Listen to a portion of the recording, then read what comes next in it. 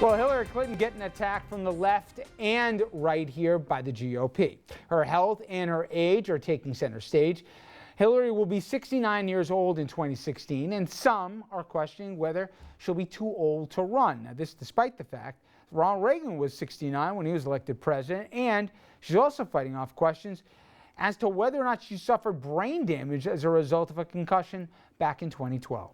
She is going to have to cough up these medical records. She'll be 69 at the time of the 2016 election. Now they say she's really got brain damage.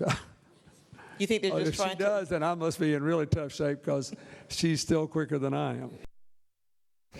Now, it seems that Hillary Clinton will never live down the attack on the U.S. consulate in Benghazi. Republicans are raising more questions about her handling of the incident as then Secretary of State.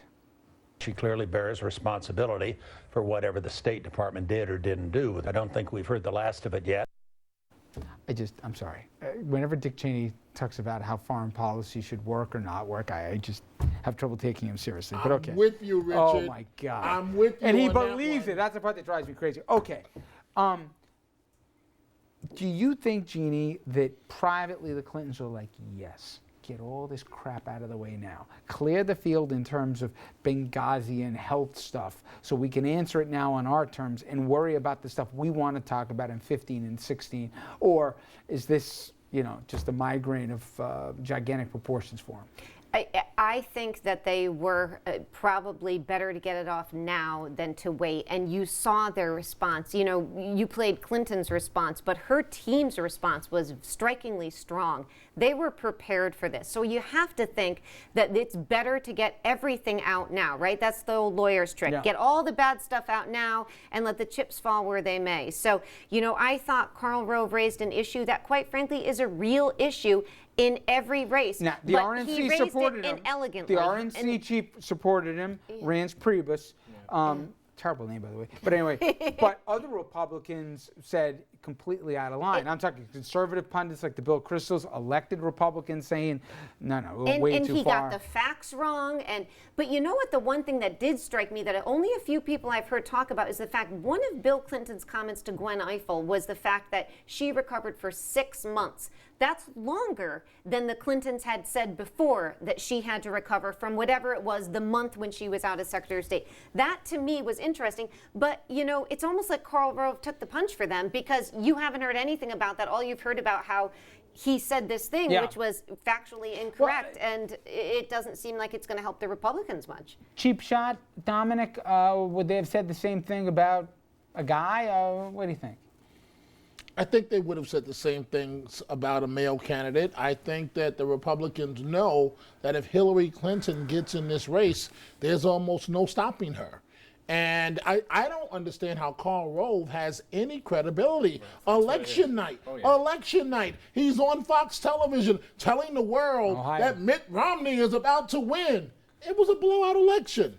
So, this guy is almost as bad as the guy that was sucking toes. Dick Morris. Spent Sorry, Dick. I didn't mean to $150 bring million that of Koch up, brothers but- money and got nothing to show for it. He's trying to stay relevant. He has Fox News, but that's about it, right? He threw this mud at Hillary Clinton, and it's kind of sticking a little bit. But possibly, even the Benghazi allegedly. stuff, I think many people right now are treating it as, we've heard this before. Enough already. Move on. I think Republicans, it's not playing well.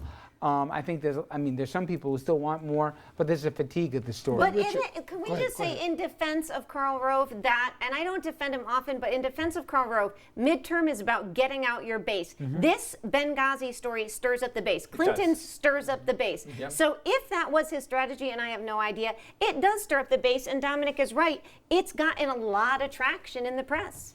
But Richard, here's a question I have for you. Maybe you can help me out here in terms of this.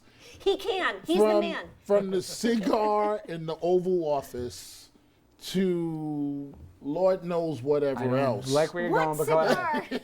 Oh, Monica? No, Jeannie, I'm begging you, jump over it. Yes. Don't have him explain it. Yeah. So from the cigar and the brain damage.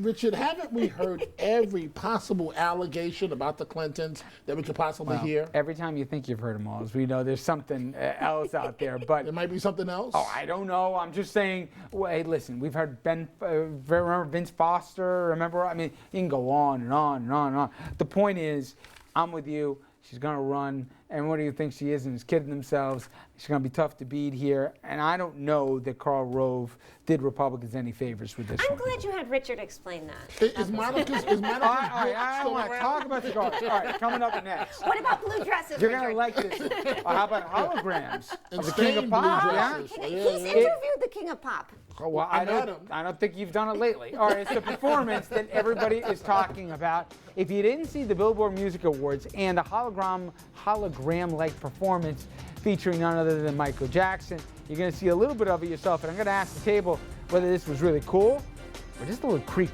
We'll be right back.